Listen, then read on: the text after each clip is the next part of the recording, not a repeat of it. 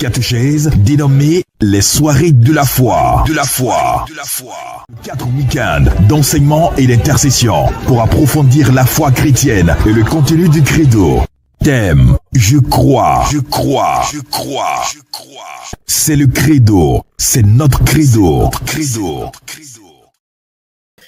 Bonsoir à vous, chers frères et sœurs, catéchumènes qui prenaient la peine de suivre cette formation en ligne, formation continue de nos frères et sœurs dans la foi. Comme vous venez de l'entendre et le générique vient de l'illustrer, vous êtes à votre plateforme Les soirées de la foi. Je suis votre ami et frère le Père Georges Yoboué. Pour ceux qui viendraient de nous prendre en marche, nous sommes en train de vivre un cheminement catéchétique sur le credo Nicée-Constantinople. L'objectif étant d'aider nos frères et sœurs à entrer dans l'intelligence de ce credo professé les dimanches et jours de solennité dans notre Église catholique. Merci d'être là, merci de nous faire confiance. Le Père bienvenu Djia, qui était notre invité d'hier pour les catéchèses, qui nous a gratifié d'une belle catéchèse sur le thème « Je crois en l'Esprit Saint ». Pour ce troisième triduo, nous sommes sur la personne de l'Esprit Saint. Nous allons voir ce que nous dit l'article de foi sur le Saint-Esprit. Aujourd'hui, nous aurons une autre catéchèse qui va nous aider à entrer plus en profondeur sur la personne de l'Esprit Saint. Alors, la présentation de notre intervenant. Au service de l'évangélisation de proximité et de masse depuis 1990, Sœur Annick Marie-Antoine est membre engagé définitif de la communauté catholique Mère du Divin Amour. Religieuse aveugle publique et perpétuelle au sein de l'Institut religieux féminin Mère du Divin Amour, elle y officie en tant que déléguée provinciale Europe. En 2014, ses responsables reconnaissent un ministère personnel, torrent d'amour et de grâce.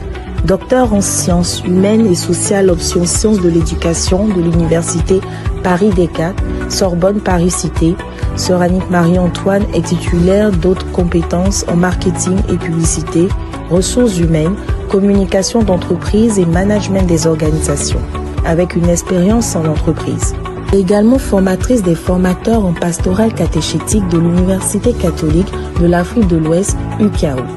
De torrents d'amour et de grâce a jailli plusieurs fraternités missionnaires, dont la citadelle de l'amour miséricordieux, une œuvre de compassion, d'évangélisation et d'édification conduite par des laïcs dont la mission est d'exercer dans les dimensions de l'onction royale et du témoignage kérigmatique. Rattachée au diocèse de Créteil, Sœur Annick est responsable du service diocésain des nouvelles initiatives d'évangélisation.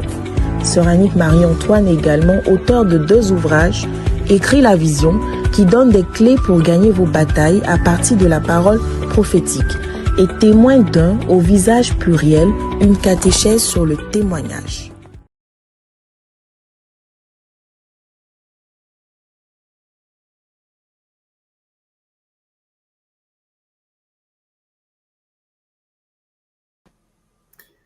Bonsoir ma sœur.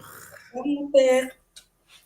Merci ma sœur de nous faire l'amitié d'accepter de partager votre expérience sur cette plateforme dénommée les soirées de la foi. Tout à l'heure, nous avons entendu ou écouté votre présentation, une brève présentation. Est-ce qu'il y a des éléments qui ont manqué à votre présentation? Tout va bien. Tout va bien. Tout était très très bien, merci. Alors, je voudrais demander à ceux qui nous suivent, est-ce qu'il y a des personnes qui ont rencontré Sœur Marie, des gens qui l'ont côtoyée, et s'il y en a sur notre direct, est-ce que certains l'ont déjà entendu prêcher dans ses missions, l'ont déjà accueilli dans leur paroisse? Liliane, Hello, Dorothée, Bonnie, épouse, Eounou. Voilà, ma sœur, le temps que nos frères et sœurs se prononcent, dans la présentation, il est dit que vous êtes dans le diocèse de Créteil. Comment se porte la communauté Mère du Divin Amour et le ministère personnel de la sœur Annick Marie Antoine de l'Amour Miséricordieux? Tout va très bien, grâce à Dieu, et qu'il en demeure ainsi. Ma sœur, comment est-ce que vous avez vécu les fêtes de fin d'année, la vigile pour l'entrée dans la nouvelle année? Dans la prière, on était à un réveillon autrement. Donc, on s'est retrouvés au cœur du diocèse. Le service des nouvelles initiatives a organisé un réveillon qui nous a permis de bien manger et de prier aussi toute la nuit jusqu'au lendemain. On a surtout terminé par l'Eucharistie, le cœur de notre mystère. Alors, ma soeur, une dernière question, puis je vous laisse la parole. Dans la présentation, il est dit que la communauté vous reconnaît un ministère personnel. Qu'est-ce que cela signifie pour ceux qui ne savent pas ce que c'est? Ça veut dire tout simplement qu'après des années de vie en communauté et après avoir travaillé au service du Seigneur au sein de la communauté décèle une grâce qu'on porte et nous dit, il faut l'exercer tout simplement, sans peur, sans inquiétude. On vous accompagne, on vous lance en fait et travaillez selon ce que vous portez et ce qu'on reconnaît en vous. Donc finalement, c'est la communauté qui reçoit, qui reconnaît et qui nous dit, voilà, travaillez. Et c'est tout simplement ça. Et quelle est la mission de ce ministère personnel, la mission que vous avez? C'est surtout une mission d'édification par la parole et une mission de compassion auprès des personnes souffrantes de manière très concrète. Voilà, précieuse pour Dieu. Partout où il y a la souffrance humaine, on veut être présent comme on peut. Voilà. Alors, la sœur Marie est docteur, et puis vous avez entendu tous ces titres dans sa présentation, ma sœur. Je ne vais pas tirer en longueur pour ne pas après courir après le temps. Nous vous laissons la parole, et puis tout à l'heure, nous allons revenir pour le temps des échanges avec nos internautes qui, depuis hier, ont posé des questions qui sont restées en suspens sur l'Esprit Saint, et on leur a dit que, on ne va pas épuiser toutes les questions. Dans d'autres catéchèses, certainement, ces personnes auront des réponses à leurs questions. Hier, il était question de la personne de l'Esprit Saint développée par le Père Bienvenu Dia. Il s'est attardé simplement sur la dynamique de l'Esprit Saint comme personne de la Sainte Trinité. Alors, ma sœur, votre catéchèse, à quelle porte sur quoi exactement? Vous m'avez demandé de regarder, de méditer avec vous d'une manière particulière la dimension du Saint-Esprit comme maître de la prière. Donc, cet esprit qui vient au secours de notre faiblesse et qui intercède pour nous en direction, de chacun de nous et qui plaide en présence du Père. Donc, c'est vraiment le Saint-Esprit comme agent de la prière. Amen. Alors, chers frères et sœurs, nous laissons la parole à la sœur Annick Marie et tout à l'heure, nous revenons pour l'entretien.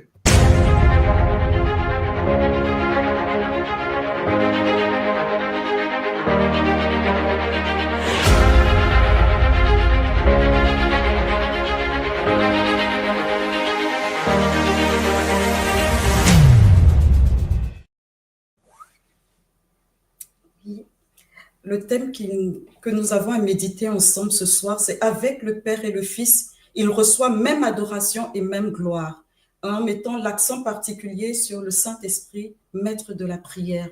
Et nous avons commencé en priant cette belle neuvaine et en priant notre credo, nous avons proclamé notre foi et je m'appuie vraiment sur cette foi de l'Église et je nous demande tout simplement de rentrer dans le temps que nous avons vécu puisque nous avons aussi professé l'article de la foi qui est la nôtre. Donc le Saint-Esprit est Dieu, on le sait et certainement le Père nous l'a dit hier, il est puissant, il est majestueux, il est l'amour parfait, il est digne d'être célébré, d'être loué parce qu'il est Dieu. Il est digne d'adoration au même titre que le Père et le Fils, comme nous le dit notre credo. Et pourtant, le Saint-Esprit trouve sa joie à glorifier Jésus. Selon Jean 16, 14, il glorifie Jésus en nous le faisant connaître. Il trouve sa joie à rendre témoignage à Jésus-Christ selon Jean 15, 26. et il nous conduit à rendre témoignage, nous aussi, à Jésus-Christ. Il trouve sa joie à imprégner en nous un esprit d'adoration, celui qui crie en nous « Abba, Père », Galates 5, 6. En parlant ainsi, je m'inscris dans le mystère de la joie, fruit de l'esprit. Lorsque je parle du Saint-Esprit qui trouve sa joie, je ne suis pas en train de lui prêter des sentiments, mais je suis simplement en train de m'inscrire dans le fait que c'est un Dieu de fête, un Dieu de joie. Néhémie 8, 10 nous rappelle que la joie du Seigneur est notre rempart. Et c'est vraiment dans l'adoration du Saint-Esprit que nous commençons cette catéchèse, en le célébrant, en l'adorant, en lui disant « Père Esprit Saint, tu es vraiment le Père des pauvres et nous voulons nous en remettre à toi. Nous qui partageons la catéchèse et tous ceux qui la vivent avec nous, nous sommes bien conscients que personne ne peut parler de toi en vérité. Parce que tout ce que nous savons de toi n'est qu'un pâle reflet de ce que tu es vraiment. Et c'est toi qui peux nous introduire au cœur du mystère. C'est toi qui peux nous introduire au cœur de l'adoration. Qu'avec la prière de Marie, notre mère, celle qui a dit oui sans résistance, celle qui est patronne pour nous de prière, nous voulons tout simplement accueillir en ce jour le don de la prière, la grâce de l'adoration, la grâce d'être associé au Saint-Esprit pour rentrer pleinement dans le mystère de la prière. Au nom du Père, du Fils et du Saint-Esprit. Amen. L'Esprit Saint, maître de la prière. Dire du Saint-Esprit qu'il est le maître de la prière, pas un maître, le maître par excellence de la prière, est loin d'être un euphémisme, puisque plusieurs passages nous le montrent. Zacharie 12, verset 10, il est écrit « Je répandrai sur la maison de David et sur les habitants de Jérusalem un esprit de grâce et de supplication. » Un esprit de prière selon certaines versions de la Bible. Ils regarderont vers moi, celui qu'ils ont transpercé. Éphésiens 6, verset 18 dit « En toutes circonstances, que l'Esprit vous donne de prier et de supplier. » Et dans certaines versions, il est dit « Faites en tout temps par l'Esprit toutes sortes de prières et de supplications. Restez éveillés. Soyez assidus à la supplication pour tous les fidèles. » Romains 8, verset 15. « Vous n'avez pas reçu un esprit qui fait de vous des esclaves et qui vous ramène à la peur, mais vous avez reçu un esprit qui fait de vous des fils. Et c'est en lui que nous crions « Abba », c'est-à-dire « Père ». Galates 5, 6 le redit d'une certaine manière. « Et voici la preuve que vous êtes des fils. Dieu a envoyé l'esprit de son Fils dans nos cœurs et cet esprit crie « Abba », c'est-à-dire « Père ».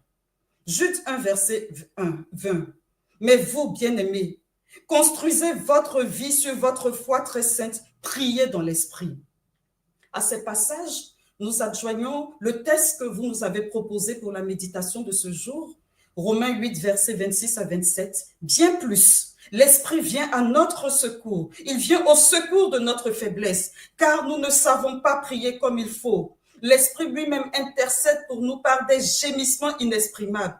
Et Dieu qui scrute les cœurs connaît les intentions de l'Esprit, puisque c'est selon Dieu que l'Esprit intercède pour les fidèles. Merci de nous avoir proposé ce thème. Et moi, personnellement, quand il s'agit de parler de la prière, je suis toujours tremblante. D'ailleurs, pour parler de Dieu me met toujours en situation de tremblement intérieur parce que ça reste toujours des balbutiements. Et parler de la prière intellectuellement, ça pose question. Je préfère plutôt qu'on fasse une école de prière où on prie plutôt que de parler de la prière. Et donc, c'est vraiment difficile pour moi de parler comme ça de la prière. Et j'espère que pendant que nous sommes en train d'échanger, de partager, l'esprit de la prière brûle nos cœurs et nous sommes en élévation intérieure vers le Dieu vivant qui nous aime. La question de la prière est cruciale. Luc 11, 1 nous le montre d'une manière particulière. Il arriva que Jésus, en un certain lieu, était en prière. C'est ce que je disais tantôt. Pour parler de prière, il faut prier. Quand il eut terminé, un de ses disciples lui demanda « Seigneur, apprends-nous à prier. » Comme Jean le Baptiste, lui aussi, l'a appris à ses disciples. On peut comprendre qu'on a vraiment besoin d'apprendre à prier et que ce ne soit pas une instruction intellectuelle, mais quelqu'un qui nous apprend à prier à partir de l'expérience concrète. Et les apôtres voulaient vivre cette expérience. Certainement qu'ils priaient déjà, parce que plusieurs, ils sont sortis pour la plupart du judaïsme, ils étaient tous juifs d'ailleurs. Ils ont dû apprendre à prier à la synagogue. Et pourtant, ils voient Jésus prier et ça les interpelle. Il faut qu'ils apprennent à prier. Et pourquoi apprendre à prier? mais parce que nous avons tous besoin de plonger dans la dimension d'une vie féconde.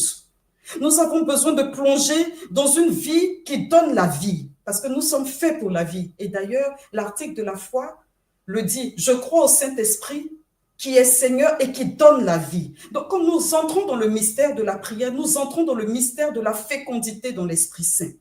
Le Saint-Esprit est le Seigneur qui donne la vie. Et par la prière, nous sommes associés au ministère vivifiant du Saint-Esprit. Celui qui donne la vie à travers nous.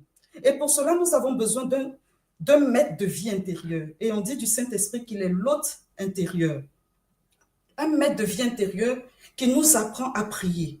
Parce que nous ne savons pas prier comme il faut. Et je me suis demandé pourquoi nous ne savons pas prier comme il faut alors que nous sommes chrétiens. Plusieurs sont baptisés, certainement autour derrière son écran. Chacun qui écoute cette catéchèse est peut-être baptisé. Il y en a qui ne le sont pas, il y en a qui font l'expérience de Dieu. Mais en tout cas, la prière n'est pas un acte d'abord chrétien, c'est un acte qui rejoint, c'est une dévotion qu'on retrouve dans plusieurs religions. Et souvent, j'aime à le dire, moi, je viens de l'islam, donc j'ai pas eu besoin qu'on m'apprenne à prier en tant que tel, parce qu'on priait déjà dans l'islam. Et du coup, la prière va changer plutôt de forme. Donc, je me suis demandé pourquoi ne savons-nous pas prier comme il faut. Comme je le disais tantôt, j'ai appris à prier depuis petite. Donc, je savais prier quand je devenais chrétienne. Et pourquoi l'Esprit doit venir au secours de ma faiblesse? La raison numéro 1 qui m'apparaît, c'est peut-être parce que, et certainement, c'est pas peut-être, certainement parce que notre connaissance de Dieu est partielle. Nous connaissons Dieu de manière limitée. Du coup, il ne nous est pas toujours aisé de nous adresser à lui de la meilleure manière. Et le témoignage de plusieurs saints, dont saint Thomas d'Aquin, ce grand érudit de la foi, quand il rencontre le Seigneur qui se présente à lui dans une expérience extatique, il se rend compte que tout ce qu'il a écrit de Dieu, c'est vraiment un pâle reflet de la vérité. Et pourtant, c'est la vérité. Mais c'est la portion de vérité qu'il pouvait recevoir. Et dans les expériences de mort imminente, les NDE, que j'aime beaucoup regarder parce que ça nous dit quelque chose de notre devenir en Dieu, la plupart des personnes qui font l'expérience des NDE, qui se retrouvent en face du Christ, qui se retrouvent en face du Sauveur, en face de Dieu, en face d'un ange, en face des mystères du ciel, disent toujours que ça n'a rien à voir avec ce qu'on dit et avec ce qu'on voit. Donc, on connaît Dieu de manière tellement pâle. C'est un pâle reflet. C'est tellement fragile ce qu'on sait de Dieu. Et c'est pour ça qu'on ne peut pas parler de lui avec prétention. Parce qu'on est bien conscient que c'est une connaissance qui est tellement partielle et tellement fragile. Parce que demain, on apprendra autre chose de lui qu'on ne savait pas aujourd'hui, par exemple. Et vraiment, c'est un chemin. Et donc, comment l'humain que tu es, que je suis, peut s'adresser à ce Dieu-là qu'il ne connaît que partiellement, faiblement. Lui parler et être en relation avec lui, être en intimité avec lui. Dans quelle langue entreront-ils en relation? Quelle est la langue de Dieu finalement? Et ça, c'est des questions très importantes, en tout cas, je ne sais pas pour vous, mais pour moi. Si lui, il comprend toutes nos langues et tous nos langages, il nous est souvent pas évident de comprendre sa langue à lui et son langage. Je ne sais pas pour vous, mais moi, c'est mon expérience.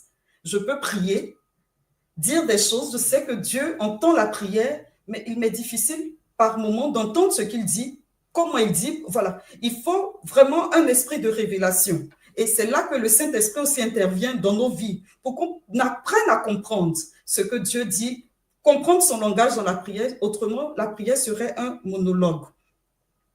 Et donc, il nous faut un maître intérieur pour nous l'enseigner. Éphésiens 1,17 parle de l'esprit qui nous révèle Dieu. L'esprit de révélation et de sagesse qui donne à nos cœurs des yeux, qui donne à nos cœurs des yeux, qui nous font contempler la lumière en Jésus-Christ, la lumière de Dieu le Père. La raison d'eux qui m'apparaît, c'est parce que nous ne comprenons pas toujours ce que c'est que la prière. Même si nous savons intellectuellement ce que c'est que la prière, même si on fait des discours sur la prière, souvent on peut prier, sans vraiment prier. La prière va prendre le chemin du rite, sans foi, sans espérance et sans amour. Et Jésus lui-même va le faire remarquer en Matthieu 15, versets 8 à 9. « Ce peuple m'honore des lèvres, mais son cœur est loin de moi. C'est en vain qu'il me rend un culte. » Et ici, Jésus cite Isaïe 29, verset 13. Il nous faut un maître qui nous enseigne la prière selon le cœur de Dieu. Jean 4, 23, 24, Jésus va dire à la Samaritaine, l'heure vient et c'est maintenant où les vrais adorateurs adoreront le Père en esprit et en vérité. Tels sont les adorateurs que le Père recherche. Dieu est esprit et ceux qui l'adorent, c'est en esprit et en vérité qui doivent l'adorer. On ne peut pas l'adorer sans la vérité que le Saint-Esprit nous enseigne. Il est dit qu'il nous conduira dans la vérité tout entière. Nous avons besoin de ce maître. La troisième raison qui m'apparaît, c'est parce qu'il peut nous arriver d'être inconstants. Des moments, on est chaud, donc on va prier vraiment des heures de prière. La force dans la prière, la foi, la vigueur. Et puis, il y a des moments où ça va être compliqué. Donc, on dépend principalement des circonstances, de nos émotivités, de notre météo intérieure, des circonstances. Et il y a le risque que la prière, qui est censée être un dialogue, prenne l'allure d'un monologue, un lieu de satisfaction émotionnelle. Souvent, on prie. J'ai prié 10 heures, j'ai une satisfaction émotionnelle, mais je peux ne même pas avoir prié parce que je n'ai pas eu une vie de prière ajustée. Un lieu de manifestation de notre volonté de puissance. Je prie et vraiment, c'est le lieu de l'autosatisfaction, le lieu vraiment de la recherche de soi. Je ne viens pas prier pour rentrer en communion avec Dieu. Et même si c'était le cas, je viens me rechercher en Dieu. Et ça peut être aussi un point pour lequel on a besoin d'apprendre à prier. Ça peut être un lieu d'auto-enfermement, de repli sur soi. Souvent, je m'amuse un peu à taquiner mes collaboratrices en disant, parce qu'elles disent, je vais à ma messe, à mon adoration. Mon adoration, on adore qui? C'est toi qui es sur l'autel et puis tu t'adores, c'est comme mon adoration. Bon, bref, on comprend bien qu'elle dit, bon, c'est mon temps d'adoration, mais ça dit quelque chose, voilà. Un lieu de repli sur soi-même, c'est mon adoration, ma messe. Je crois que la messe, et je leur disais souvent en souriant, mais la messe, j'ai cru que c'était le sacrifice de toute l'Église. Oui, on peut se l'approprier, mais ça reste quand même un moment communautaire. Donc, c'est vraiment le lieu où on est encore. Donc, ce n'est pas le lieu où on se recherche soi-même, on se replie sur soi-même et on a une forme, comme on va dire, d'illusion de la prière, alors que finalement, il n'y a pas de force, il n'y a pas de puissance dans ce qu'on est en train de vivre. La prière, on a besoin d'apprendre à prier parce que ça peut être un rituel qui nous sort d'une vie prophétique. Personnellement, j'ai fait cette expérience. Il y a quelques années, j'avais été invitée à intervenir dans un diaconos. Diaconos, c'est une rencontre qui réunit les religieux et les prêtres. Voilà, et moi, j'étais intervenante à ce diaconos-là. Et quand je le préparais, j'étais bien consciente que je me sentais en fragilité. Parce que, bon, Père Georges est là, les prêtres, mon frère est prêtre, j'ai un frère qui est prêtre, mon cousin. Il dit, les prêtres, c'est une espèce rare, qui n'est pas en voie de disparition, mais qui a une forme de management rare. Donc, une femme parlait à des prêtres. Les religieuses, elles sont prêtes à entendre, mais les prêtres ordonnés, qui ont fait le séminaire comme il se doit, qui cherchent la virgule qui n'est pas à sa place, les balbutiements, le français qui est tordu, pardonnez-moi déjà d'avance. Ce n'était pas évident. Et donc, quand je préparais le thème, en plus le thème qui m'avait été donné à préparer était un thème vraiment, je dis, face à des érudits comme eux, il ne faut pas le faire, quoi. Et je me mets à prier, je dis au Seigneur, mais vraiment, moi, je suis consciente que je ne peux rien dire intellectuellement à des prêtres. Et d'ailleurs, ce n'est pas le but, à Diaconos, ce n'est pas le but de venir vivre une formation intellectuelle. C'est le but de Diaconos, c'est qu'on vienne brûler nos cœurs, on vienne se mouiller en Dieu, se cramer en Dieu pour les défis qui sont les nôtres. Donc, Seigneur, oriente-moi sur comment je dois préparer ce temps d'intervention. Personnellement, ma prière est silencieuse. J'aime beaucoup l'oraison et l'adoration du Saint-Sacrement. Donc, pas beaucoup de bruit quand je prie en général, quand je suis seule. Et ce jour-là, pendant que je priais, je ressens intérieurement prier en langue. Bon, pour ceux qui ne sont pas charismatiques, j'espère que Père Georges Yoboué vous proposera une catéchèse dans laquelle on va vous expliquer ce que c'est. Voilà, la glossolalie, prie en langue ou la zénoglosie, selon ce que l'Esprit fait en nous dans nos cœurs. Prie en langue.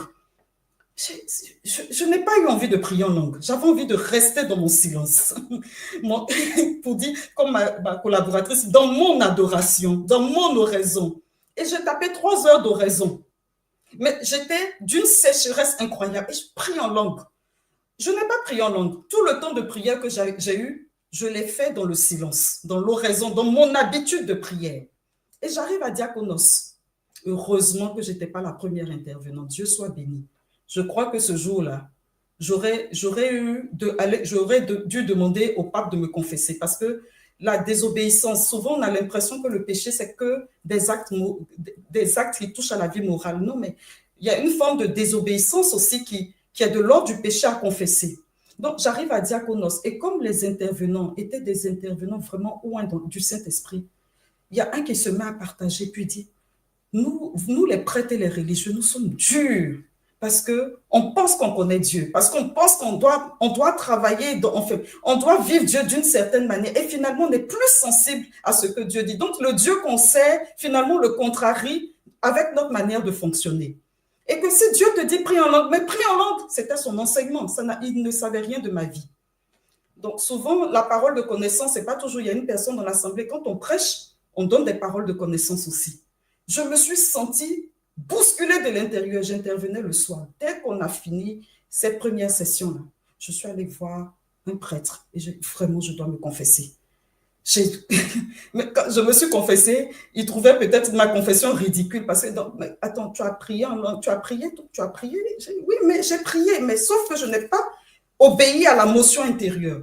Donc, puisque j'étais au diaconos avec mon frère, quand j'ai fini de me confesser, j'ai quand même partagé ce que j'ai vécu à mon frère. Et il m'a dit, bon, plutôt que de me partager ce que tu vis, prions en langue. Donc, on s'est retrouvés là entre midi et 2 et on a commencé à prier ensemble. On a prié en langue, on a prié. Et pendant qu'on priait, mes yeux s'ouvraient en fait. Mon cœur était rempli de ce que j'avais partagé l'après-midi. Donc, du coup, tout ce que j'avais préparé était caduc. Et c'est là maintenant, en moins de combien de minutes, j'ai retravaillé ce que je devais partager. Et je me suis mise à l'écoute de ce que le Seigneur voulait pour son peuple. Et quand je suis arrivée cet après-midi-là, j'ai commencé par confesser publiquement ce que j'ai vécu. Et j'ai demandé à l'Assemblée, avant que je commence à intervenir, qu'ils me soutiennent pour qu'on prie quelques minutes encore en langue. Mais je vous assure, frère, je pense que c'était le rendez-vous que Dieu avait donné aux prêtres et aux religieux ce jour-là. Et j'ai été fière de ce que le Seigneur fait. Et moi, ça a été une leçon magistrale dans ma vie spirituelle, de comprendre qu'en fait, on ne vit pas notre vie forcément dans une forme de rituel bien organisé. Il faut se laisser déplacer. Et on a besoin d'apprendre à prier. Le Saint-Esprit on a besoin de se mettre intérieur là.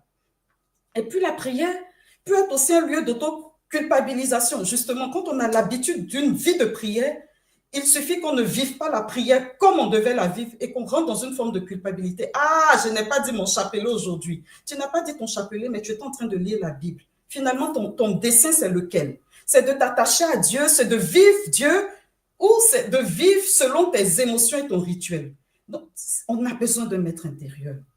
Ça peut être aussi un lieu de forcing. On vient prier avec des manières de prier en pensant qu'on peut changer quelque chose. C'est vrai que Catherine de Sienne a dit que la prière conduit la main de celui qui dirige le monde.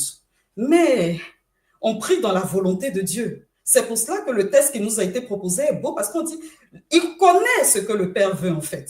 Tu peux pas venir imposer ta volonté à Dieu et puis dire, bon, je casse, je brise, je proclame. Ça va pas marcher et tu vas être déçu pour rien parce que la prière, ce n'est pas comme de l'autosuggestion et ce n'est pas du forcing. On vient prier justement pour être à l'écoute de ce que Dieu veut pour nous, à l'écoute de l'accomplissement de sa parole dans nos vies et on le laisse déployer sa parole en nous qui est une parole de bonheur, son plan qui est un plan de bonheur, son plan qui ne va jamais faire défaut parce qu'il sait ce qu'il nous faut. Donc toi, tu vas venir avec ton intention. Oh papa, tu as dit que j'avais ma consoeur qui est devenue religieuse quand elle priait pour le mariage. Mon Dieu, oh Dieu, tu as dit qu'il n'est pas bon que l'homme soit seul. Que tu bénisses et je prie déjà pour l'homme qui va m'épouser. Et elle est pris pendant des années, elle a prié comme ça. Et un jour, ma marraine nous a appelés. Elle dit, mais au lieu de prier comme ça, demander des signes, proclamer, casser, faire tout ce que vous voulez, commencez par dire, Seigneur, que veux-tu pour nous? C'était l'erreur à ne pas faire. Parce que dès qu'elle a pu dire, que veux-tu pour nous? Elle s'est retrouvée en train de faire un cheminement pour être religieuse. Donc, ce n'était pas le plan de Dieu. Donc, tu peux prier et puis exercer ta foi comme tu veux. Mais si c'est parce que Dieu décide pour toi, tu ne changeras pas ses positions. Il n'est pas un homme avec des variations d'émotions ou de température. C'est pour ça qu'il est important qu'on ait un maître intérieur qui nous parle, qui nous murmure de l'intérieur, qui prie en nous la prière que Jésus veut entendre et la prière que Jésus veut exaucer. que le Père veut exaucer. Et puis, pourquoi on a besoin d'un maître intérieur? Mais parce qu'il est souvent difficile de prier, surtout dans les moments de souffrance. Je l'ai expérimenté personnellement dans un moment de grande maladie, d'agonie totale. On n'a plus de mots, on oublie tout. Je ne sais pas si ça vous est déjà arrivé de souffrir au point de ne même pas pouvoir dire « Père ». Et là, maintenant, qu'est-ce qui va se passer? C'est, comme on va dire, la présence du Saint-Esprit. On va bien réaliser qu'elle prie en nous et elle nous illumine parce qu'on n'a plus de mots. On n'a même plus de sentiments pour Dieu parce qu'il y a des moments où on a des sentiments, on sent qu'on l'aime, on sent qu'on voilà, on veut être proche de lui, mais il y a des moments dans la galère, dans la souffrance, on a l'impression que tout croule autour de nous. Et Sainte Thérèse dit que dans cette expérience-là, elle a voulu même écrire dans sa chair le credo pour être sûre qu'elle continuait d'avoir la foi. Et elle appelle ça manger à la table des pécheurs. Jacques 4,3 dit, vous demandez, mais vous ne recevez rien. En effet, vos demandes sont mauvaises. Donc, on a besoin d'un maître intérieur pour avoir une vie de prière juste et ajustée. C'est en cela que la prière implique des codes, mais des codes non codés. C'est très important, des codes non codés. Puisqu'avant d'être un acte visible, un rite, la prière est surtout, comme dit la petite Thérèse, un élan du cœur. La prière est un thème très abordé, mais malgré tout ce qu'on peut apprendre sur la prière, elle reste une expérience d'ordre spirituel, mystique, une expérience totalement surnaturelle. Et la grande Thérèse va dire, c'est un commerce intime d'amitié que l'on entretient souvent seul à seul avec ce Dieu dont on se sait aimer. Donc, il y a un préalable à la prière, ce savoir aimer de Dieu et répondre à l'invitation qu'il nous lance à commercer avec lui. C'est-à-dire entretenir avec lui une relation qui va passer par notre psychisme, notre affectivité, notre corps, notre culture, notre représentation de la vie spirituelle. C'est pour ça qu'il ne faut pas critiquer la prière de quelqu'un. Il ne faut jamais critiquer la prière des uns et des autres. Il y en a qui ont besoin de prier en criant parce qu'ils ont, c'est leur culture. Il y en a qui ont besoin de prier en tapant des mains. Tant que Dieu est content, c'est le plus important. Tant que la personne est en communion avec son Dieu, c'est la chose. Il y en a qui vont dire, j'aime le chapelet. Ils vont dire, mais pourquoi tu pries? Mais c'est là qu'il reçoit sa visitation intérieure. Il y en a qui vont dire, mais moi je préfère l'oraison, le silence. L'autre va dire, je préfère les proclamations de la parole de Dieu. Il y en a qui vont dire, moi j'aime faire tout en même temps. Il y en a qui vont dire, je me sens vraiment plus dans la liturgie de la messe, vraiment, ou dans les offices. Donc, chaque vie de prière, chaque méthode de prière est à respecter. Elle a sa valeur, elle a sa force. Et c'est important parce que souvent, on peut être des juges, mais la prière passe par le canal de notre personnalité. Et c'est pour cela qu'on ne peut pas vivre la prière dans le mimétisme. C'est une relation qui va mobiliser notre personne entière en transcendant toute chose, car elle nous plonge dans une sphère surnaturelle. Nous l'avons compris, la prière est un acte intime entre l'humain et le divin. Le Saint-Esprit, nous le disons dans le Veni Sancte Spiritu, est l'hôte très doux de nos âmes. Il est par excellence le maître de la vie intérieure. N'oublions jamais, frères et sœurs, que nous sommes le sanctuaire où réside le Saint-Esprit. Paul nous le dit, 1 Corinthiens 3,16 et 1 Corinthiens 6, 19, 20. Nous sommes le temple du Saint-Esprit, le sanctuaire de Dieu, et l'Esprit de Dieu habite en nous. Et donc, c'est normal que dans son sanctuaire, dans le temple, dans la belle cathédrale ou dans la basilique, c'est comme vous voulez, que nous sommes, que vous êtes, c'est normal que le Saint-Esprit, qui a pris son siège en nos vies, préside la prière, contrôle le temps de prière, dirige le temps de prière. Donc, ce n'est pas toi qui conduis la prière, c'est le Saint-Esprit. Donne-lui la place pour te conduire dans la prière et tu verras les victoires. Lorsque nous sommes d'accord, il prend les rênes, il préside à la prière et nous conduit au cœur de l'intimité du Père et du Fils. Il nous apprend à contempler la face de Dieu. Il a pour ministère d'attester à notre esprit que nous sommes enfants de Dieu et que nous soyons de plus en plus ressemblants à Jésus. Et la prière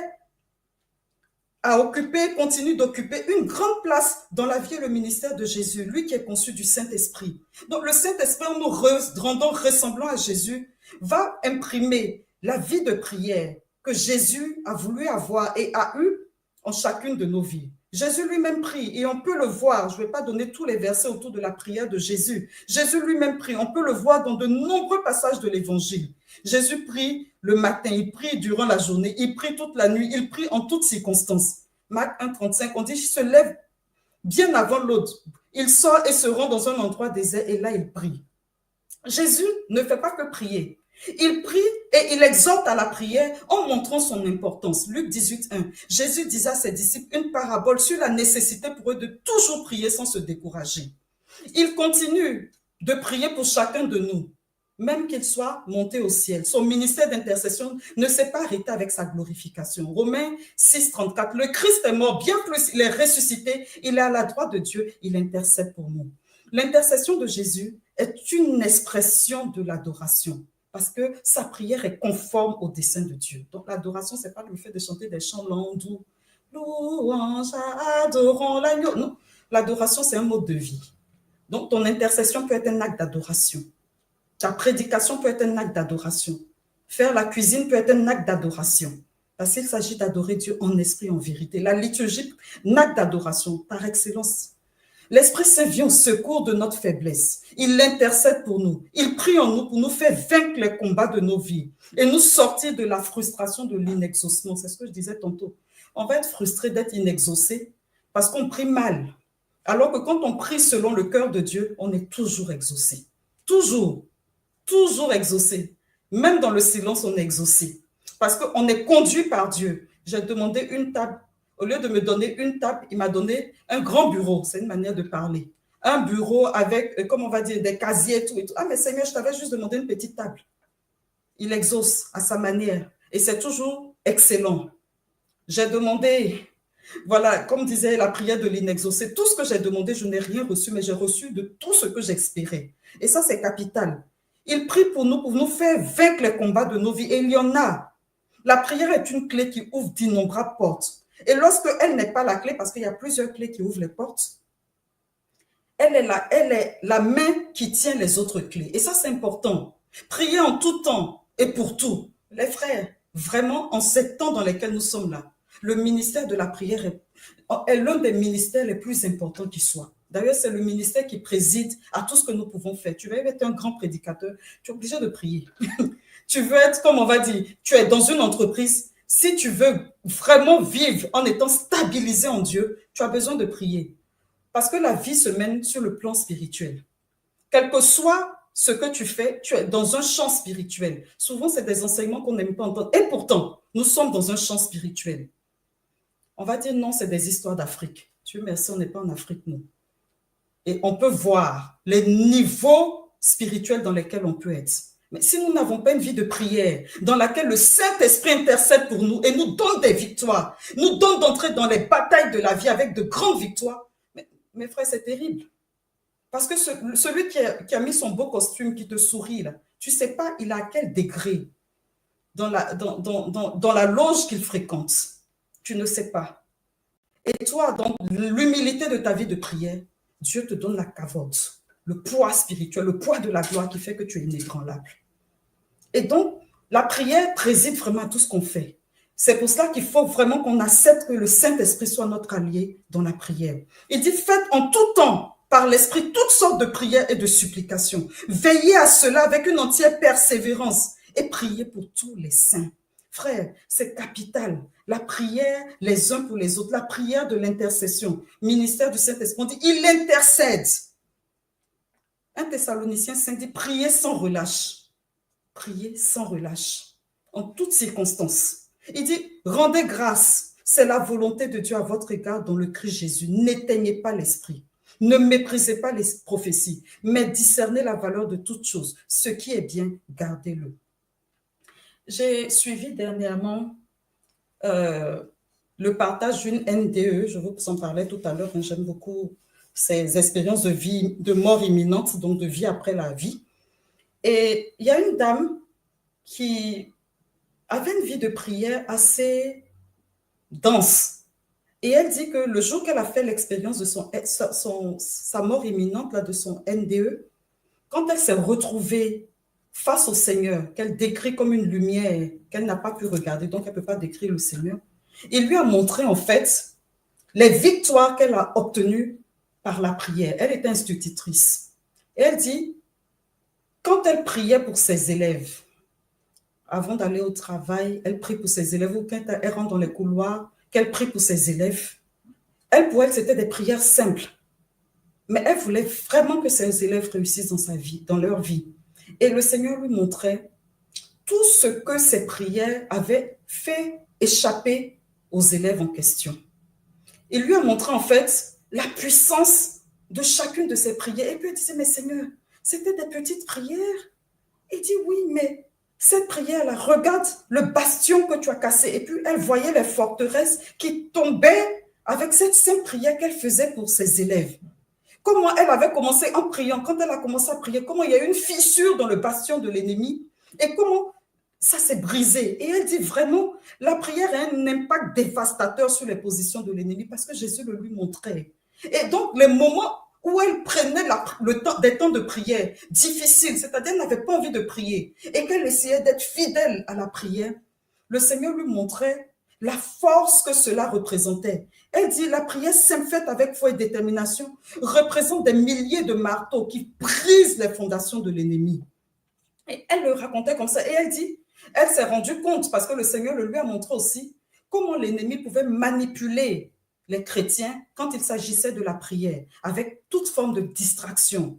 Les urgences de travail, elle disait, il y a des jours, au moment où elle doit prier et que ça doit être vraiment, elle doit rentrer où le Saint-Esprit va commencer à conduire sa prière, parce qu'il y a une manière d'entrer dans la prière. Au départ, ça peut être vraiment assez difficile, on rentre, on commence, et puis au fur et à mesure, on sent bien qu'il y a une motion qui nous conduit. Elle dit, en ce moment-là, le téléphone peut sonner, ou bien elle commence à se souvenir qu'elle n'a pas fini de corriger les copies, et puis elle peut se lever. Mais les fois où elle arrive à aller contre ça en disant, mais malgré ce que j'ai à faire, malgré la quantité de boulot, je vais prier d'abord avant de partir. Et qu'elle se bat contre elle-même pour entrer dans le temps de prière. Elle dit, mais ce qui s'est passé extraordinaire, parce que le Seigneur lui montrait comment elle avait sauvé son mariage qui était en souffrance. Tout ce qu'elle avait réussi, chaque fois qu'elle avait, et tout ça, c'est des choses qu'on ne voit pas. Et personnellement, ça m'a touchée. Et une autre forme de prière importante pour nous catholiques, mais c'est la liturgie, la messe, le sacrifice de toute l'Église, corps du Christ, épouse mystique du Christ. Le Saint-Esprit, il circule pour accomplir l'incomparable, l'indicible. Apocalypse 22, 17 dit, l'Esprit et l'épouse disent, viens. Celui qui entend qu'il dise, viens. Celui qui a soif, qu'il vienne. Celui qui le désire, qu'il reçoive l'eau de la vie gratuitement. Frères et sœurs, le Saint-Esprit, maître de vie intérieure, qui reçoit la même adoration et la même gloire que le Christ, le Père et le Fils, nous associe à ce ministère pour notre bien, pour le bien de nos nations, pour le bien de notre environnement psychique, donc notre bien à nous, pour le bien de notre environnement physique. C'est ton travail, c'est ton mariage, ce sont tes enfants, ce sont tes projets, ce sont des choses qui te sont chères, c'est ta ville, c'est ton église, c'est ta communauté. Frère, il nous faut nous engager, vraiment, d'une manière particulière en ces temps dans lesquels nous sommes. Donc, comme on va dire, dans des murs de prière, s'engager d'une manière spéciale pour tendre la main d'association au Saint-Esprit, pour qu'il fasse les exploits qu'il veut faire avec nous et à travers nous. Avec Dieu, nous ferons des exploits. Et lui piétinera nos oppresseurs, nous dit le psaume 59, 60 selon les versions. Et frère, c'est important en cette saison. D'une manière spéciale, nous avons besoin de vivre dans des dimensions. Et c'est la prière dans le Saint-Esprit qui nous fait vivre dans ces dimensions-là. Je n'aurai pas beaucoup de temps vraiment pour énumérer les différentes formes. Chaque prière, chaque forme de prière a son bénéfice et sa grâce. Il ne faut jamais négliger quoi que ce soit. Et dans une période de crise, j'avais du mal à prier, les prières usuelles. Et puis, ça me rendait triste. Parce que, mais Seigneur, je t'aime et je n'arrive pas à prier. Mais c'est marrant de dire déjà, Seigneur, je t'aime, je n'arrive pas à prier, mais c'est une prière. Mais on ne s'en rend même pas compte parce qu'on peut être souvent dans un type de canevas. Et ça, moi, j'étais très déplacée sur tout ça, surtout avec des périodes de maladie et de souffrance.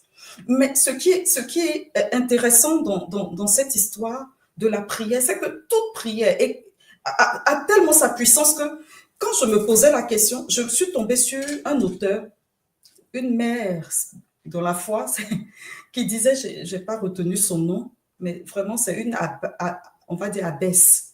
Elle dit, la meilleure forme de la prière à vivre, c'est la prière dans laquelle tu communies à Dieu. La prière à travers laquelle tu arrives à rentrer dans les projets de Dieu pour ta vie et surtout à atteindre les buts de Dieu pour ta vie, à vivre des rêves de Dieu et te laisser conduire par la grâce de Dieu. Je vois mon frère et Père Georges apparaître et je ne vais pas aller plus loin. Je vais rendre grâce simplement pour ce temps qu'il nous donne, qu'il fasse de nos vies des autels. Alléluia. Nous sommes déjà le temple du Saint-Esprit. Mais à l'intérieur de ce temple-là, il y a le cœur de notre cœur, qui est le lieu de la sainte présence de Dieu. Qu'il fasse de notre cœur un autel d'adoration, un autel de victoire, un autel d'intercession, et que rien ne puisse vaincre ce que Dieu tisse dans nos vies. Mes frères, souvent on parle des autels, mais toi-même là, tu as un autel qui casse les mauvais autels. Il suffit juste que tu tendes la main d'association au Saint-Esprit qui intercède pour toi et qui te donne la victoire, car tu ne sais pas prier comme il faut. Et l'Esprit lui-même intercède pour toi et pour moi par des gémissements. Et Dieu qui scrute les cœurs connaît les intentions de l'Esprit, puisque c'est selon Dieu que l'Esprit intercède pour les fidèles. Que la prière du Saint-Esprit en nous nous donne d'aller de victoire en victoire, d'exploit en exploit, de triomphe en triomphe. Qu'elle nous ouvre la porte, cette intercession du Saint-Esprit, les portes qui sont restées fermées jusqu'à ce jour, qu'elles soient brisées maintenant au nom de Jésus et que nous entrions pleinement dans le plein accomplissement des desseins de Dieu sur nos vies. Amen.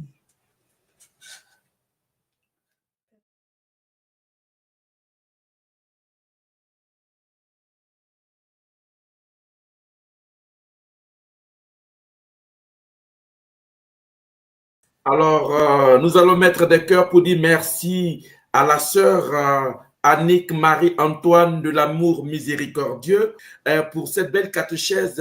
Comme vous le voyez, je crois en l'Esprit Saint avec le Père et le Fils, il reçoit même adoration et même gloire. Comment l'Esprit Saint, protagoniste de la dynamique de notre vie spirituelle, est présenté comme maître spirituel. Nous aurons un petit temps d'échange pour nous aider à approfondir. Depuis, pendant que vous étiez en train de faire votre catéchèse, il y avait déjà des questions qui avaient commencé à monter. J'étais très surpris. C'est l'une des rares fois où, alors que l'enseignement n'est pas terminé, il y a déjà des questions qui montent dans le cœur des personnes. Alors, ma sœur, il y a Patrick qui demande, mais dans votre enseignement, vous avez dit que dans la prière, il faut se laisser déplacer. Et il demande, mais comment est-ce possible que dans la prière, il est possible de se laisser déplacer? Ma sœur, voilà, voici de tous les pays là où nous sommes suivis. Béatrice de la Guadeloupe, ma sœur, comment se laisser déplacer dans la prière?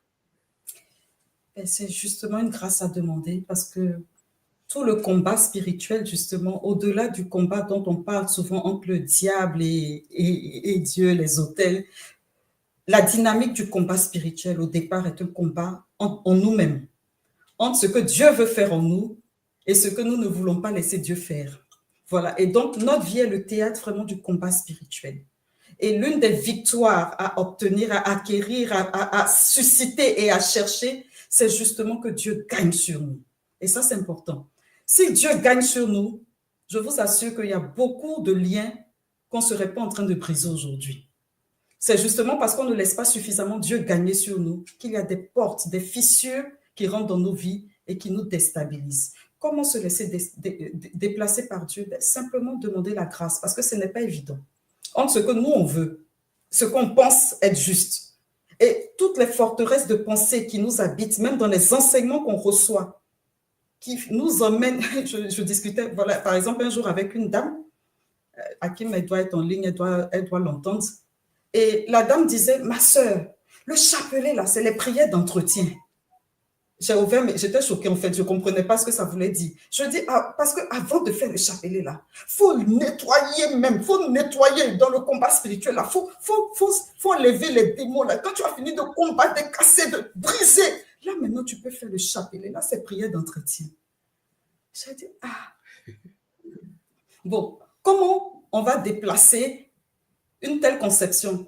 Dans la mesure où elle est bien consciente que depuis des années, elle est dans cette prière de combat de temps en temps et que le chapelet est une prière, comme on va dire, d'entretien et elle-même, il n'y a pas encore l'entretien qu'il faut et elle est en train de courir pour avoir sa délivrance qui n'est pas encore arrivée depuis je ne sais pas combien d'années.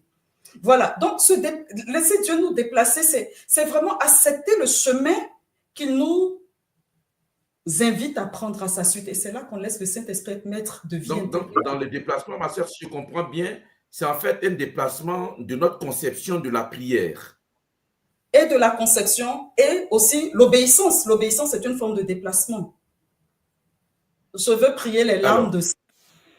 Et le Père Georges Rebieu je veux prier les larmes de sang et le Père Georges Rebieu me dit de faire credo. Je peux me laisser déplacer. Peut-être en proclamant le credo, je suis en train de faire trembler tous les démons de l'enfer, que les larmes de sang, c'était pas ce qu'il... Voilà, le Saint-Esprit intercède pour nous. Avec la forme de la flexibilité.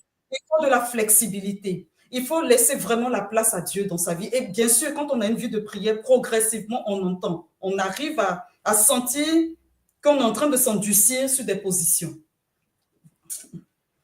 Alors, je pense que ça, ce n'est pas très évident parce que on peut avoir des conceptions de la prière la plus efficace ou la plus directe, des prières qui touchent directement le cœur de Dieu. Quand on a déjà ces conceptions, comme vous le dites, il faut accepter quand même, par obéissance, de laisser le Seigneur nous tracer le chemin de la prière qu'il souhaite pour changer notre manière de voir notre conception de la prière. Ma soeur, on va poursuivre encore d'autres questions. On va continuer de poser des questions. J'avais noté des questions pendant le direct. Il y a Conan Estelle. Conan Estelle, qui nous suivent sur le canal YouTube Magnificat TV, qui demande comment discerner la voix de l'Esprit Saint en nous. Si l'Esprit Saint est le maître spirituel, si c'est le Saint-Esprit qui nous fait dire Abba Père, mais comment savoir que c'est la voix de l'Esprit qui nous oriente dans tel ou tel aspect de notre vie de prière? Alors, c'est la question de Conan Estelle qui nous suit du canal YouTube Magnificat TV. Je ne sais pas, Conan Estelle, si tu es là, j'espère que j'ai bien traduit ta préoccupation. Ma sœur, vous avez la parole. J'aime beaucoup cette question, mon père. J'aime énormément cette question qui nécessite un autre enseignement, qui est l'enseignement sur l'accompagnement spirituel. Parce qu'en fait, on est en église, on est catholique, voilà. Et la voix de Dieu, Dieu parle à tout le monde, hein. Pardon de dire ça comme ça, il ne faut pas être choqué. Dieu nous parle à tous parce que la prière n'est pas un monologue, c'est un dialogue. Et il est important d'apprendre à connaître, comme on va dire, le chemin par lequel Dieu nous parle. Ça, c'est important. C'est de la même manière que tu peux apprendre comme on va dire, à grandir en sensibilité spirituelle. Tu sais ce que tu es. Pourquoi je suis à la mère du divin amour et non pas, voilà, à la fraternité, je ne sais pas, voilà, X. Mais parce qu'il y a une sensibilité spirituelle qu'on a, il y a un appel qu'on porte. Voilà. Donc, du coup, pour discerner la voix de Dieu en soi, déjà, il y a la familiarité avec la prière, il y a la familiarité avec la doctrine, hein, mais il y a l'accompagnement spirituel. Et ça, c'est quelque chose souvent qui nous manque. Parce qu'on fait de l'accompagnement spirituel le lieu où on va régler les problèmes. Alors que l'accompagnement spirituel a pour vocation... Alors, ma soeur, est-ce que d'abord dans le préalable, est-ce qu'il est possible aujourd'hui d'entendre la voix de l'Esprit Saint nous parler? Est-ce qu'on est d'accord sur ce principe? Bien sûr, mon père, je l'ai dit, hein, je dis Dieu parle à tout le monde. Alors là, il ne faut pas que ça vous choque, c'est vrai. Vous êtes baptisés, vous êtes le sanctuaire du Saint-Esprit. Mais maintenant, comment je discerne sa voix? C'est là la problématique. Comment je l'entends me parler? Oui, c'est ça. Voilà, mon père, moi j'ai entendu Dieu me parler tout de suite à travers vous. Quand vous m'appelez, que je n'ai pas envie d'être là aujourd'hui parce que j'ai plein de choses à faire, et que vous m'appelez avec Père Donald, je suis en train de rentrer de ma retraite, épuisée comme tout, avec tout le planning que j'ai cette semaine, et que vous me dites, vous faites la catéchèse sur le credo, vous pensez que je vais chercher que Dieu me dise, ma fille! Voilà la voix de Dieu. Voilà, la voix de Dieu passe par le ministère de l'Église aussi. La voix de Dieu passe par...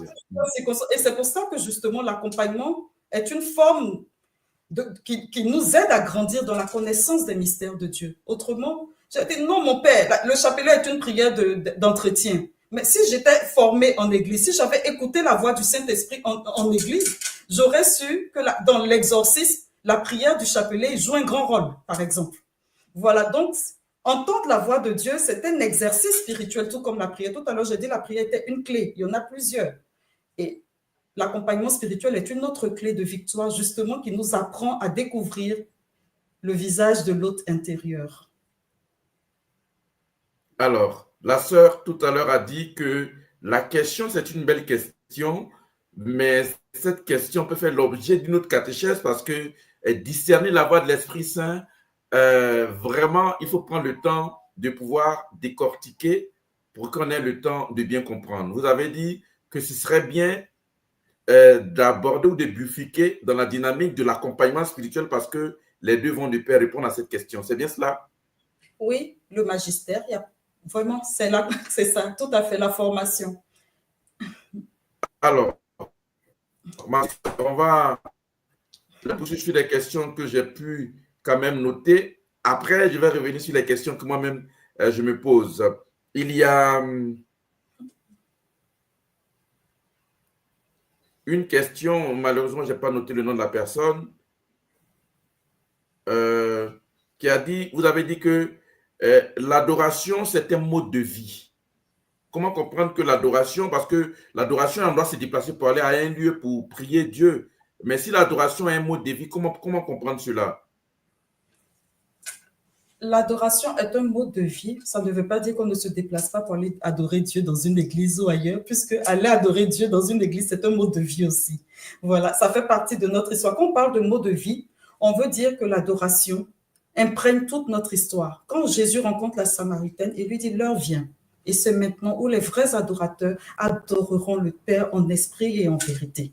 À partir du moment où tu es le temple du Saint-Esprit, l'esprit d'adoration habite ta vie. Tu déclenches cet esprit d'adoration. Tu auras des moments formels d'adoration et il faut en avoir. C'est important qu'on les ait. Mais l'adoration, c'est vraiment la glorification du Père à travers notre vie. Bon, disons que tu allais faire 10 heures d'adoration. Disons ça comme ça, du Saint-Sacrement. 10 heures d'adoration du Saint-Sacrement, c'est très bien. Et puis, juste après, tu sors de l'adoration, tu as une autre vie. En quoi est-ce que ta vie rend gloire à Dieu? En quoi est-ce que l'adoration accompagne ta vie au quotidien? C'est un mode de vie. L'adoration, c'est d'être ajusté à Dieu, aux pensées de Dieu. C'est un mode de vie en réalité parce que l'adoration te donne de transcender en fait les combats de ta vie parce que tu cherches la volonté suprême de Dieu. Finalement, c'est ça notre vie. La quête de ce que Dieu veut pour nous. Oui. L'adoration se poursuit dans nos activités ordinaires. Toujours, toujours. Elle est préparée par nos activités ordinaires et elle se poursuit dans nos activités ordinaires. Merci, ma sœur. Il y a une question, je vois que les gens reviennent sur la question du discernement et la voix de l'Esprit Saint. Il y a Gabi Quoique, qui nous suit du canal YouTube Magnificat TV, qui dit, je voudrais savoir, est-ce qu'on peut être habité par l'Esprit Saint et subir les oppressions sataniques? C'est moi qui dois répondre à cette question. Oui, ça peut arriver. Justement, on en a parlé tout à l'heure. Hein. Si vous avez bien suivi la catéchèse, c'est vrai que c'est très rapide. Hein. On a parlé des fissures qu'il peut y avoir dans notre vie spirituelle. On est tous habités par le Saint-Esprit, mais on peut avoir des liens et des fissures, justement, je le disais tantôt, parce qu'on n'a pas donné toute la place, justement, au Saint-Esprit dans notre vie de prière. On n'a pas donné toute la place dans notre vie d'enfant de Dieu, dans notre vie d'adoration qui se poursuit à travers la sanctification. On a dit quoi? Il reçoit même adoration et même gloire. En fait, notre vocation, c'est de rendre gloire à Dieu. C'est de donner gloire à Dieu par notre vie. Tu peux avoir des liens, parce qu'on est tous attaqués. Père Georges, certainement vous aussi, tous les saints, tous ceux qui, à partir du moment où tu es sur la terre, tu es attaqué. Mais entre être attaqué et être vaincu dans l'attaque, il y a tout un chemin. Et c'est là que, il y en a, pourquoi ceux qui nous délivrent là, c'est ceux qui ont choisi d'être investis pleinement par Dieu et de refuser que l'ennemi ait pris sur eux, que les espoirs de Dieu se manifestent dans leur vie. Donc, maintenant, quand on est attaqué et lié, c'est qu'il y a un travail certainement qu'on n'a pas fait. Et d'ailleurs, pour ceux qui font la délivrance ou qui vont à l'exorcisme, on se rend bien compte que souvent, il y a un chemin à vivre avec les personnes en termes de chemin de sanctification, chemin de vie de prière, parce que vous pouvez chasser l'esprit, effectivement, il va partir. Mais quand il revient, que comme on va dire, dans l'esprit de la gloire de Jésus, dans la glorification de votre Dieu, c'est sûr que vous aurez encore des liens. Et ce n'est pas parce que les démons sont plus forts. Enfin, je ne crois pas. Je ne crois pas qu'ils soient plus forts. C'est parce que vous avez ouvert la porte. Vous avez ouvert la porte. Nous allons terminer. Vous laissez la place pour la prière. Ça, c'est ma question à moi. Je pense qu'il y a Rose Laroy qui a une question, mais je pense que la prochaine catéchèse pourrait répondre à sa question. Ma sœur, vous avez parlé du danger de la prière rituelle. Vous avez parlé de la culpabilisation. Et puis, vous avez dit que la prière n'est pas une autosuggestion.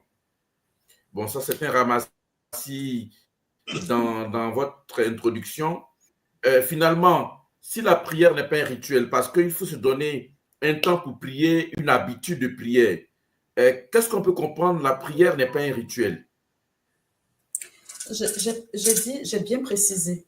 J'ai dit un rituel sans foi, sans espérance et sans charité. Donc, il ne faut pas prendre la phrase en dehors de toute la phrase. N'est pas un rituel sans foi, sans espérance, sans charité. Ça s'inscrit, un rituel qui ne s'inscrit pas, en fait, dans une communion de vie. Et c'est d'ailleurs, je l'ai dit, j'ai été musulmane. Voilà. Je sais qu'on prie 5 fois par jour. Voilà. Donc, non, la discipline chrétienne est essentielle. Hein. Je n'aurais pas été religieuse avec les 5 offices par jour, la messe, le rosaire, l'adoration, c'est un rituel. Mais le rituel, s'il n'est pas habité par la foi, l'espérance et la charité, notre communion profonde avec Dieu, ça peut devenir un acte. Il ne faut pas que ce soit mécanique. Si c'est mécanique, ça peut être un acte d'idolâtrie. Et ça peut être de la religiosité. Alors, voilà. Oui. Mais la discipline. Merci, ma sœur. Alors, il ne faut pas me faire dire ce que la discipline est importante. La discipline est capitale. La discipline est importante. Voilà. Elle est capitale. Oui, c'est ça, ma sœur. Alors, ma sœur, nous laissons la parole, ou du moins un petit temps pour prier pour nous, pour toutes ces personnes qui ont envie de reprendre le feu dans la prière et de découvrir l'Esprit Saint comme maître intérieur. Ma sœur, dans 10 minutes, et nous revenons pour conclure et donner la bénédiction. À tout à l'heure. D'accord. Seigneur notre Dieu, merci pour ce temps de grâce que tu nous donnes, où tu es en train de nous former intérieurement à la vie intérieure, cette onction intérieure qui est déjà en nous, cette onction intérieure qui nous accompagne et qui se manifeste en l'onction extérieure à travers des actes de puissance et de grâce, de bénédiction. Merci mon Dieu parce que tu sièges dans nos vies comme le maître parfait, celui qui donne de la valeur à nos corps mortels. Il est écrit que si l'esprit de celui qui a ressuscité Jésus d'entre les morts habite en vous, l'esprit de celui qui a ressuscité Jésus d'entre les morts donnera la vie à vos corps mortels. Seigneur, nous voici avec nos réalités. Nous voulons te rendre grâce et plaider sur nos vies la puissance du sang de l'agneau qui brise les forteresses, tout ce qui nous empêche d'entrer dans une vie de prière féconde, tout ce qui s'oppose à la qualité de notre vie de prière, tout ce qui s'oppose à l'exaucement, Seigneur notre Dieu. Nous voulons briser tout cela au nom de Jésus et plaider le sang de la grâce sur nos vies, le sang qui nous justifie dans la présence de Dieu. Père, nous voulons rentrer dans ta présence recouvert du sang de la justification et plaider l'onction qui nous donne de connaître tes projets, d'entendre ta voix, de découvrir ce qui est bon. Laissez le Saint-Esprit plaider en nous, Seigneur, pour faire l'expérience de la victoire continuelle. Père, merci au nom de Jésus de nous ouvrir des portes qui restent fermées. Et surtout, Seigneur, de permettre à la dévotion, à l'esprit de prière, à l'esprit de bonté, à l'esprit de supplication, de prendre toute la place en nous. Et Seigneur notre Dieu, nous voulons t'offrir nos cœurs. Des cœurs qui sont si souvent fermés sur eux-mêmes. Seigneur, nous avons tellement de problèmes par moments que nous oublions notre vocation, Seigneur, de chrétien dans le monde. Nous oublions notre vocation de témoin. Il est dit du Saint-Esprit qu'il rend témoignage à Jésus. Père, nous voulons t'offrir dans nos vies tout ce qui nous empêche de rendre témoignage et briser tout cela au nom de Jésus. Pour que tu dilates nos cœurs, que le Saint-Esprit prenne le contrôle. C'est lui le Père des pauvres. Qu'il prenne le contrôle, qu'il dilate nos cœurs et qu'il nous donne d'expérimenter la joie de l'intercession, la joie de l'adoration, la joie de la contemplation, la joie de la ferveur de la prière. Seigneur, merci parce que nous croyons que cette arme redoutable que tu as mise entre nos mains est capable, Seigneur, d'anéantir les projets de l'ennemi, est capable de nous ouvrir des portes, est capable de mettre sur notre route des alliés de destinée, est capable de fermer les portes que l'ennemi a ouvertes et qui nous conduisent dans la déchéance. Notre Dieu, nous plaidons cet esprit de bonté et de supplication que tu as promis répandre sur ton peuple. Et ceux qui sont en assédie, qui ont du mal à prier, ceux qui ont du mal, Seigneur notre Dieu, à être constants dans la prière, merci de les visiter, de répandre une onction particulière sur leur vie. Ceux qui prient, Seigneur notre Dieu, en étant bloqués sur des formes de prière, Seigneur, donne-leur l'ouverture spirituelle pour bénéficier de tous ces trésors que tu nous donnes en Église. Seigneur, ceux qui ont besoin d'expérimenter la différence, Seigneur, dans leur quotidien, ceux qui sont face à des souffrances, à des combats, Seigneur, à des poids, Seigneur, et qui ont l'impression que leur prière tombe dans l'oubli, fais miséricorde, fais grâce en ce jour. Saint-Esprit, toi qui intercèdes en nous, toi qui plaides en nous, viens au secours de mes frères et de mes sœurs, viens au secours de moi-même. Viens nous aider, Seigneur notre Dieu, à gagner les batailles de nos vies, à prendre le contrôle, Seigneur, là où nous avons lâché le contrôle, Seigneur notre Dieu, là où nous avons laissé les choses nous dépasser. Viens nous donner la grâce de prendre le contrôle en te donnant les rênes de nos vies. Seigneur, je veux prier pour tous ceux qui ont besoin d'expérimenter la prière en esprit, le ministère de la prière du Saint-Esprit en nous, parce que nous ne savons pas prier. Répands l'esprit de la prière sur tes enfants. Répands le don des langues sur plusieurs, Seigneur. Donne la grâce à plusieurs d'entre nous d'expérimenter la douceur de ton esprit. Ceux qui sont fatigués, ceux qui n'en peuvent plus, ceux qui crient dans leur détresse, ceux qui sont, Seigneur notre Dieu, angoissés, tous ceux qui souffrent de dépression. Je veux prier en ce jour. Merci Seigneur pour toutes les personnes que tu es en train de visiter, ces personnes en dépression profonde, ces personnes en crise intérieure. Et d'une manière spéciale, je prie pour cette personne. Il y a une grande colère en toi, une très grande colère en toi, parce que tu as effectivement prié pour un sujet et tu as cru que cela allait être exaucé. Et malheureusement ou heureusement, j'en sais rien. Mais en tout cas, tu souffres parce que tu as perdu cette personne pour qui tu as prié dans la maladie. Et tu es en détresse profonde, tu es en révolte profonde, tu as l'impression que Dieu ne t'a pas exaucé. Le Seigneur est fidèle. Que sa consolation te rejoigne. Que sa consolation te rejoigne profondément. Toi qui as prié pour ton mari pendant des années et qui finalement l'a vu partir et qui a été ravagé, dévasté, que la consolation de Dieu te rejoigne et que tu reprennes le souffle en toi. Seigneur, nous ne voulons pas nous tromper sur le sens de la prière.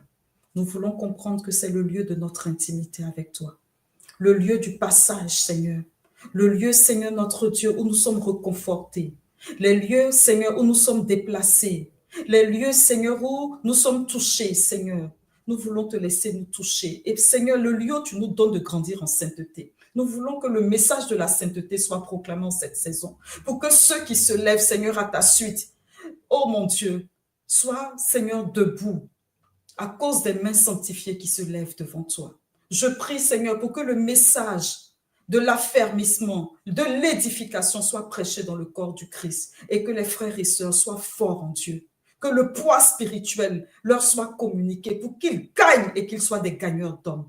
Je prie, Seigneur, pour que dans le corps du Christ, le message du témoignage soit proclamé, pour que de nombreux témoins se lèvent et donnent gloire à ton nom dans le monde.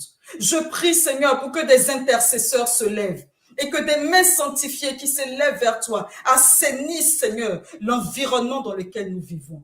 Nous ne voulons plus, oh Dieu, qu'il y ait une contradiction entre notre vie de prière, notre vie chrétienne et notre quotidien. Qu'il y ait une adéquation totale, qu'il y ait une cohérence, Seigneur. Saint-Esprit, nous te le demandons ce soir.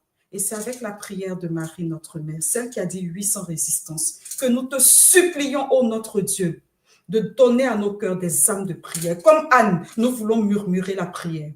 Comme Anne, nous voulons nous laisser toucher dans les recoins de nos âmes qui ont le plus besoin de toi.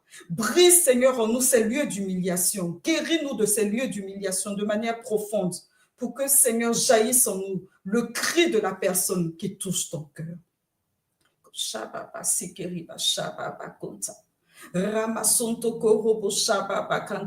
Que derrière ces écrans, Seigneur, se lèvent des hommes et des femmes vaillantes. Que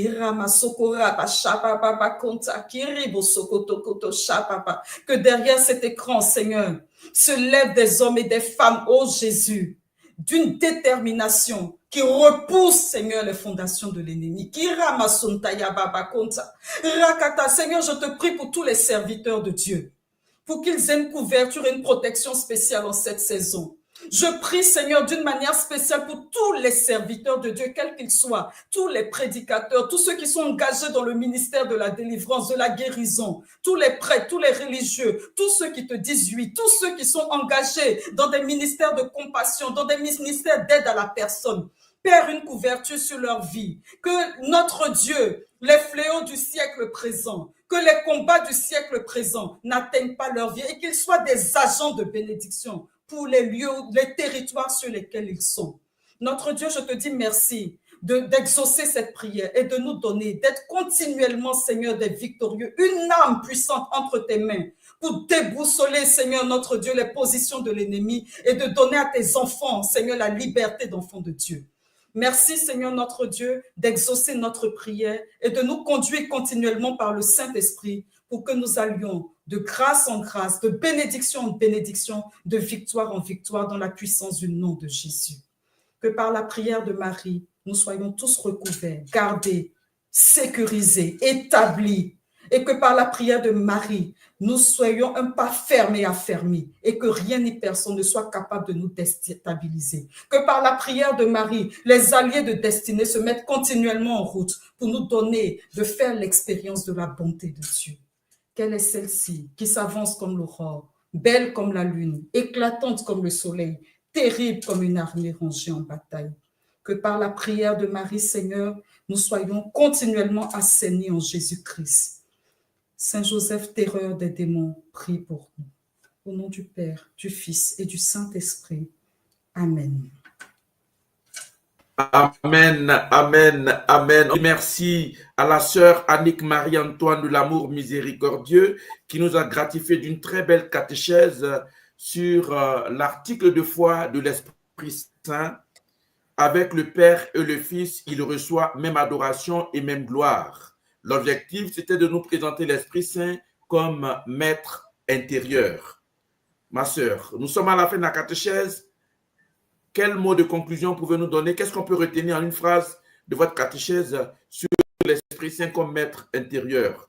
Voilà, ma sœur. Succinctement, qu'est-ce qu'on peut retenir de votre catéchèse? Que le Saint-Esprit est le maître de la vie intérieure, car il est dit qu'il est l'hôte très doux de nos âmes. Amen. Amen. Merci, ma sœur.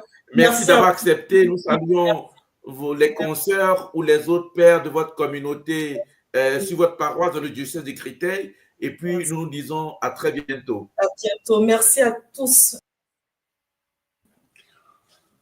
Amen. Alors, merci. On va encore dire merci à la sœur Annick Marie Antoine de l'Amour Miséricordieux qui était déjà avec nous pour d'autres catéchèses. Elle était encore là aujourd'hui pour nous, pour cette belle catéchèse. Vous voyez, au fur et à mesure que nous avançons, les belles choses, les grandes choses sont à découvrir. Bonne nuit à vous. Et puis, nous allons demander au Seigneur la bénédiction. Le Seigneur soit avec vous. Que Dieu Tout-Puissant vous bénisse, le Père, le Fils et le Saint-Esprit. Amen. Bye bye.